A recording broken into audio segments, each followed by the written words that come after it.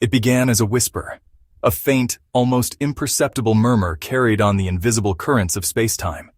On a quiet night, under the watchful eye of a giant radio telescope, a signal arrived. It had traveled for billions of years, crossing the unfathomable emptiness between galaxies. It was a journey that began long before our species walked the Earth, before our planet settled into its familiar rhythm. This whisper was not the steady hum of a distant star, nor the predictable pulse of a spinning pulsar. It was something else entirely. A sudden, sharp cry in the cosmic darkness, a fleeting message lasting less than a blink. And then, gone. Scientists saw a spike in the data. A ghost. A momentary flash of immense energy, too powerful, too brief, too strange. Had we overheard a conversation not meant for our ears? The dying scream of a star? A cataclysmic event? Or something deliberate? Something designed? Questions piled up. In that fleeting moment, our understanding of the universe was challenged. We were reminded we are adrift in an ocean of mysteries. The signal was catalogued, given a name, a string of numbers and letters. But a name doesn't solve a mystery. It only labels it. The search began for more whispers. The implications rippled through science. The universe seemed to be shouting. But what was it trying to tell us? A natural phenomenon? Physics we can't yet imagine? Or the alternative, we are not alone. Someone or something out there sending signals across the gulf of space. This millisecond burst carried humanity's oldest question. Are we alone? The whisper had arrived. Now we had to learn its language. So what are these mysterious cosmic whispers? Science has given them a name, fast radio bursts or FRBs. The name is simple, almost mundane. But the reality is anything but. Imagine the entire energy output of our sun over the course of an entire day. Now imagine all of that power compressed into a single brilliant flash. It lasts only a few milliseconds. That is the sheer mind-boggling power of an FRB, a cosmic flash in the pan, a lighthouse beacon shining with unimaginable intensity. Then, it vanishes without a trace. These bursts are not just powerful, they are profoundly distant. Radio waves get stretched on the way, a phenomenon called dispersion. Astronomers use this to calculate distance. The answer is astonishing. Most FRBs come from galaxies billions of light years away. These signals began their journey long before complex life on Earth. Postcards from a past so deep it's hard to grasp. Echoes of a younger, more violent universe. The brevity tells us about their source. It must be incredibly small. No larger than a few hundred kilometers across. No bigger than a city, yet capable of outshining its entire galaxy briefly. FRBs are one of modern astronomy's most compelling mysteries. Fantastically powerful from a tiny source, they flash into existence and disappear in the blink of an eye. Not the gentle hum of the cosmos. They are a sudden, violent shout. And we, on our small blue planet, are the accidental audience trying to figure out who or what is on stage. For years, every fast radio burst we detected was a one-time event. A cosmic soloist playing a single explosive note before an eternal silence. We would detect a burst from a specific point in the sky, and then, despite listening intently for days, months, or even years, we would hear nothing more from that location. This led many to believe that FRBs were the result of some cataclysmic one-off event. Perhaps the final, violent collision of two neutron stars, or a star being torn apart by a supermassive black hole, an event so destructive that whatever created the signal was itself annihilated. But the universe is rarely that simple. Then, in 2015, everything changed. A team of astronomers using the Arecibo Observatory in Puerto Rico detected a burst. But then, it happened again, and again, from the exact same spot in the sky. It was the first repeating FRB ever discovered, FRB 121102. This was not a soloist. This was a performer who returned for an encore. This discovery shattered the cataclysm theory. Whatever was creating these bursts could not be destroying itself. It had to be a durable, long-lasting object, capable of recharging and firing off blasts over and over. The existence of repeaters opened a whole new line of inquiry. It split the mystery in two. Are there two different kinds of FRBs? Are the one-offs simply repeaters we haven't caught again? It's like finding a single footprint on a deserted island. Suddenly, you have to reconsider everything. The repeaters seem to follow their own strange rules. Some burst multiple times in an hour and then go quiet for months. Others burst with a strange, almost periodic rhythm. We are not just looking for a cosmic explosion, we are looking for a cosmic engine, one that can be turned on and off, and we have absolutely no idea what its fuel source is or who holds the key. As scientists grappled with the mystery of repeating FRBs, they needed a suspect. They needed an object that was small, powerful, and capable of generating repeated, intense bursts of energy. One candidate fit the description almost perfectly: a magnetar. A magnetar is a type of neutron star, the incredibly dense city-sized remnant left behind after a massive star collapses. But a magnetar is no ordinary neutron star. It is a true monster of the cosmos, possessing a magnetic field quadrillions of times stronger than Earth's. A field so powerful it would strip the information from your credit cards from halfway to the moon. The theory goes like this: the immense magnetic field of a magnetar is not stable. It is a tangled, stressed-out mess of magnetic energy. Occasionally, the magnetic field lines violently reconfigure themselves, a starquake. This would be like a tectonic earthquake on Earth, but on a scale that is almost impossible to comprehend. The sudden release of magnetic energy could generate a burst of radio waves we would see as a fast radio burst. This explanation is elegant because it accounts for the key features: the immense power, the small source, and most importantly, the ability to repeat. The star itself isn't destroyed, allowing it to have many more starquakes in its lifetime. In 2020, this theory received a huge boost. For the first time, astronomers detected an FRB from inside our own Milky Way. When they pinpointed its source, they found it came from a known magnetar, a smoking gun. The burst was weaker than the FRBs we see from other galaxies, but it had all the right characteristics. It was like hearing mysterious shouts from a distant crowd for years, then suddenly a clear voice from the person next to us. It was a monumental discovery, connecting a theoretical model with a real, observable event. But even with this compelling evidence, the case is not closed. The magnetar in our galaxy produced a burst thousands of times weaker than the FRBs we see from deep space. Can a starquake on a magnetar really produce the colossal energies needed to explain those distant bursts?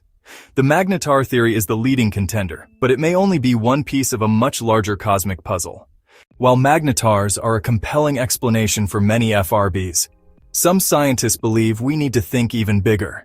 We need to look towards the most extreme and violent events the universe has to offer.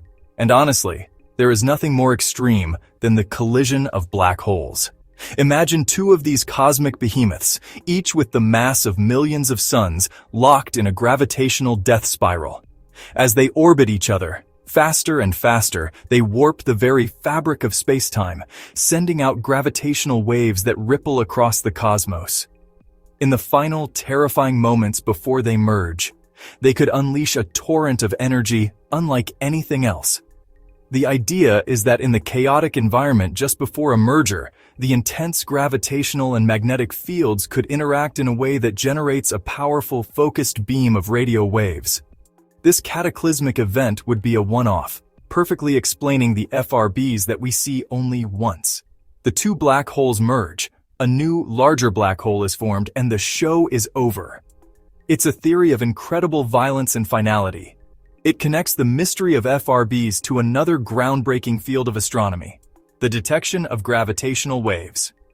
If we could one day detect both gravitational waves and a fast radio burst from the same event, it would be a revolutionary confirmation. Another possibility involves a single black hole, but not a quiet one.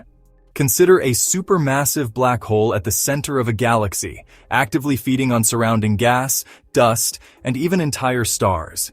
As this material gets pulled in, it forms a swirling, superheated accretion disk around the black hole. This disk is a place of unimaginable chaos and energy. Some theories propose that instabilities or magnetic flares within this disk could launch a powerful radio burst.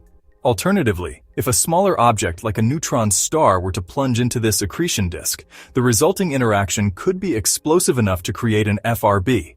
These black hole theories have a certain grandeur to them. They invoke the most powerful forces and objects in the known universe. However, they also face challenges. It is difficult to model exactly how a black hole merger or an accretion disk could produce such a specific, short-lived radio signal. The physics involved is at the very edge of our understanding. While these theories can explain the immense power of FRBs, they struggle to account for the fine details and, in the case of feeding black holes, the repeating nature of some bursts. They remain a tantalizing but unproven possibility, a reminder that the universe's most dramatic events may still hold secrets we are yet to uncover. So we have explored the natural suspects, trembling magnetars, colliding black holes. These are the explanations that sit comfortably within known physics. But there is another possibility, more speculative, more controversial, far more exciting. What if these signals are not natural at all? What if they are artificial? Could fast radio bursts be evidence of extraterrestrial intelligence? It's the elephant in the room. The idea that we are on the receiving end of a message or witnessing a byproduct of technology so advanced we can't comprehend. Let's consider what it would take. An advanced civilization might need to power its interstellar spacecraft. Maybe they have constructed a vast network of beacons to propel ships across the galaxy using powerful beams, a concept known as a light sail. We could be detecting moments when one of these propulsion beams sweeps past Earth. This would explain incredible power, the short duration, and that these bursts come from distant galaxies.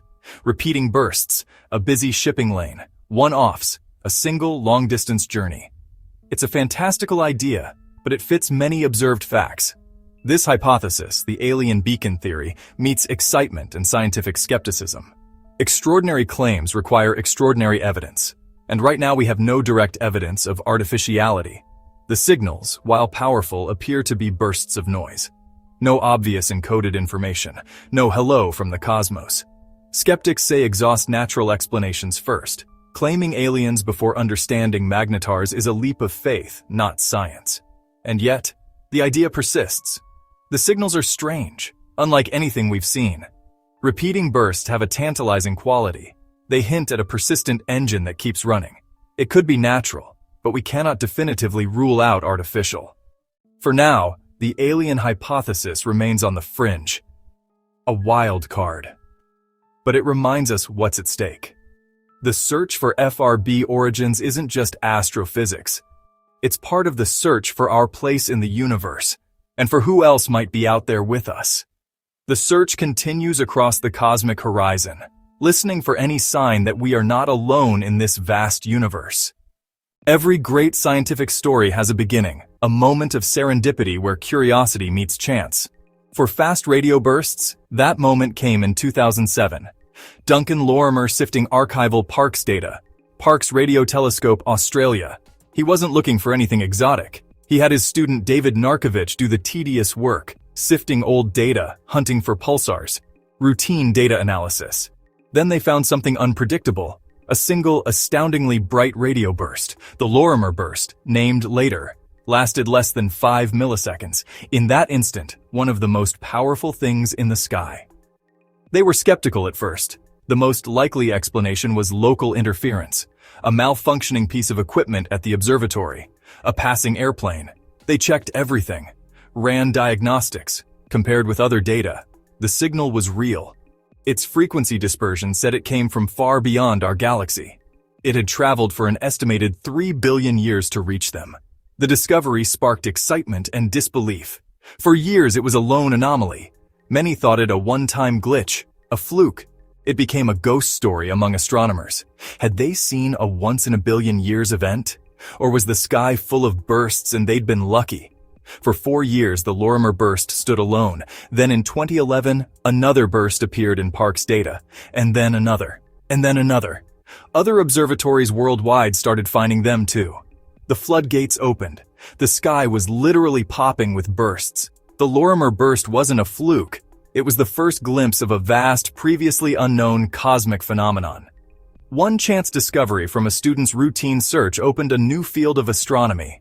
Sometimes the greatest discoveries find you when you least expect them. A reminder that in science, as in life, the most profound revelations often come from the most unexpected places. We have journeyed across billions of light years. We have peered into the hearts of magnetars and the edges of black holes. We have even dared to whisper the word aliens. And yet, after all this searching, the fundamental truth of fast radio bursts remains just beyond our grasp. Each new discovery seems to illuminate one corner of the mystery while casting deeper shadows on another. The universe is not giving up its secrets easily. We are left with more questions than answers. Standing at the shore of a cosmic ocean, holding a handful of strange and beautiful shells, wondering about the vast unseen depths from which they came. Will we ever know the truth? The answer likely lies with the next generation of telescopes, instruments of incredible power and sensitivity being built around the world.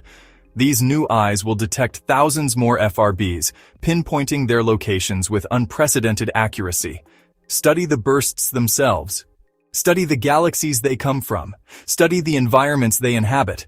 By building a larger sample size, we may begin to see patterns in the chaos, to separate the different families of FRBs and connect them to their true origins. The era of discovery has only just begun. But the technical questions are tied to a deeper human one. The question that has driven our curiosity since we first looked up: are we alone? FRBs have presented a recurring signal, recurring, powerful, deeply enigmatic. While the cause is likely natural, we cannot say so with absolute certainty.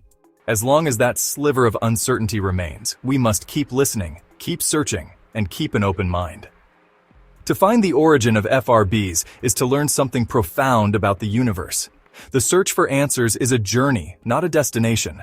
The mystery of FRBs is a gift. It pushes the boundaries of our knowledge. It forces us to invent new technologies. It inspires a new generation of explorers. It reminds us the cosmos is wilder, stranger, and more wonderful than we can imagine.